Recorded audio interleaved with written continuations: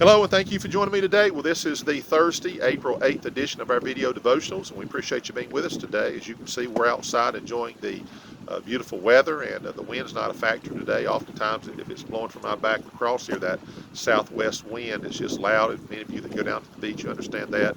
It's great when it's real hot out and you're walking along the shore and you got that wonderful beach breeze, but it's not real good when you're trying to record something. But I think we're good today.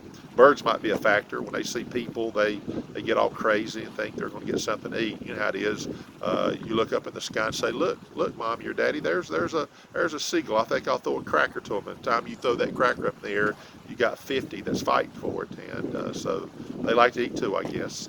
So we started our theme on Monday about transition and change, and we're going to continue that today. Now, today is going to be a lot like yesterday, with just a little bit added to it. So if you do have your Bible, we're going to be in Romans chapter 8, verses 28 and 29. Give you a chance to find that if you've been in church any length of time. Of course, Romans 28 is an infamous passage, and we often go to it, I suppose, when things are going on in our life and say, well, guess what, there's a great promise there. We're going to read that, but we're going to focus on that verse and couple it with verse 29, which has our key word in it. Let me say again, thank you so much who watched these. We appreciate you very much.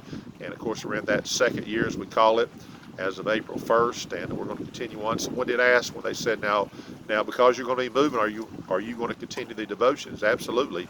Now the backdrops are going to change. There's going to be be from a High Point perspective, and it might be a lot from an office. We're inside the auditorium of the church there in High Point. We might even do a few maybe outside shots with the emphasis there that High Point brings, which is it's the furniture capital of the world. I think officially speaking, that's what it's always been called, but I think it's called the furniture furnishings capital of the world, because a lot of the production of furniture is no longer in North Carolina, in that area. A lot of that went overseas. Some of them may be trying to come back, but it's still the furniture furnishings capital of the world, and they have huge buildings with showrooms, and people come in the spring and the fall and from all over the world to make orders for to sell furniture all over the world. So all that to say, we'll do some High Point emphasis once we get there and get settled.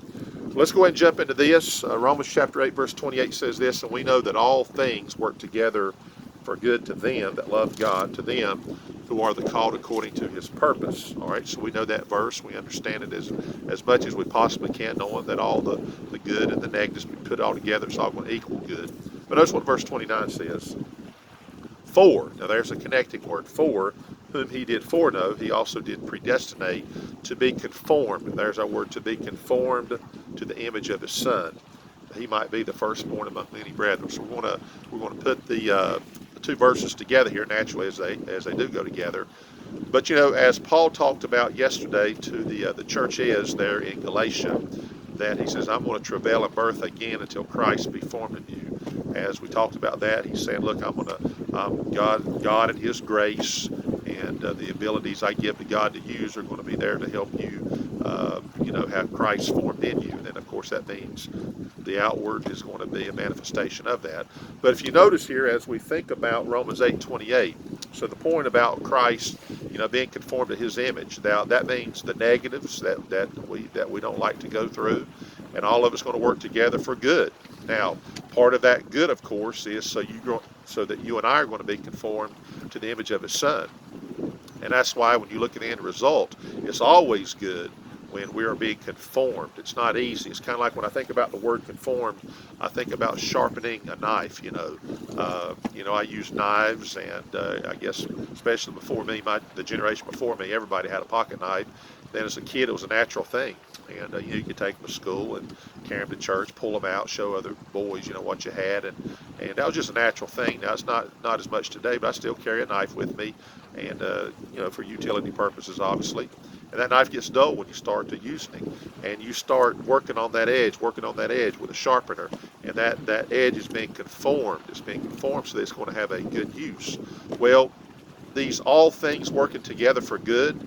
That means all the things that come into our life, the negatives and all of that, you understand that, then is helping us to be conformed, because God's going to make that process. And as it says here, whom he did foreknow, he did predestinate, is part of God's work in our life. and he knew when we'd be saved. He knew we would be saved, and so he has predestinated his children to be conformed to the image of his son. So you understand that. And but I'm just saying, to add to that, as Paul says, I'm travailing in birth again so that Christ would be formed in you, to the Galatian churches. Then Paul said here to the Romans, along with that thought is the fact that you're going to go through a lot of things in your life, the persecutions and the things that come into your life, because you're a human being and because you're a Christian. There'll be things you'll go through simply because you're a child of God, and then some things are just going to happen to you as it happens to other people. But all that being said, when you're a child of God, called of God, and you love the Lord, then guess what? Then all the things is going to work together for good, and part of that good means being conformed to the image of the Son. So it's kind of adding to what we said yesterday, but it's good to see it just from a little bit of another perspective. You may wonder, how in the world is this going to be good for me? Well, it's going to help you to be conformed to the image of his Son, and that is a good thing. So we'll see you tomorrow as we finish this out on Friday. Hope you have a great rest of your day Thursday, and we do appreciate you again joining us, and we'll see you tomorrow.